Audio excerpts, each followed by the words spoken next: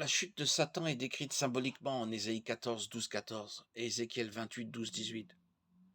Ces deux passages font d'abord référence au roi de Babylone et de Tyr, mais aussi à la puissance spirituelle derrière eux, Satan. Ces textes donnent les raisons de la chute de Satan, mais ne mentionnent pas précisément quand celle-ci a eu lieu. Nous savons que les anges ont été créés avant la terre, Job 38, 4, 7, et que Satan est tombé du ciel avant de tenter Adam et Ève dans le jardin, Genèse 3, 1, 14. La chute de Satan a donc certainement eu lieu entre la création des anges et la tentation d'Adam et Ève dans le jardin d'Éden. Le texte ne dit pas combien d'heures, de jours ou d'années avant ce deuxième événement. Le livre de Job nous dit que, du moins à ce moment-là, Satan avait encore accès au ciel et au trône de Dieu. Un jour, les fils de Dieu vinrent se présenter devant l'Éternel et Satan vint aussi au milieu d'eux.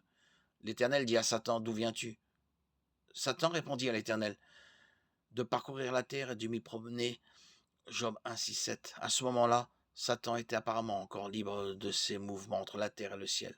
Il parlait à Dieu directement et lui rendait compte de ses activités. Nous ignorons si cela a changé aujourd'hui. Certains pensent que Satan n'a plus accès au ciel depuis la mort de Christ. D'autres qu'il n'y aura plus accès à partir du combat céleste de la fin des temps.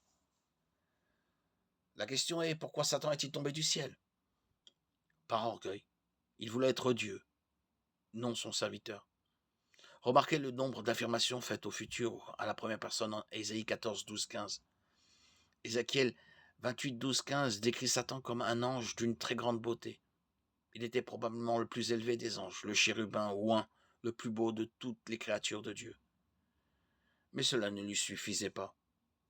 Il voulait renverser Dieu de son trône pour être Dieu lui-même et régner sur l'univers.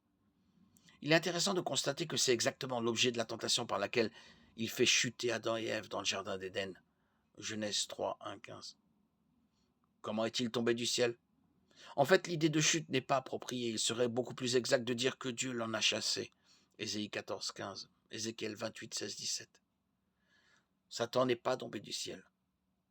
Il en fut poussé.